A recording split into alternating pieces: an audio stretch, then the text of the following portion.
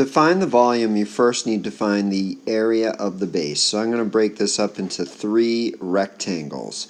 With this first rectangle and the one on the right, they're both the same, being 5 by 3, which gives you an area of 15 centimeters squared. That means that this one is also 15 centimeters squared. Now, the missing side here is 3 centimeters because 5 minus 2 equals 3. So that means that this rectangle here is going to be 2 times 3, which gives you 6. So now what we have for a base, we have 15 plus 6 plus 15 equals 36. And then the height of the prism is 3, so we're going to do 36 times 3, which gives you 108 centimeters cubed. But for assistance, we're just going to type in the 108.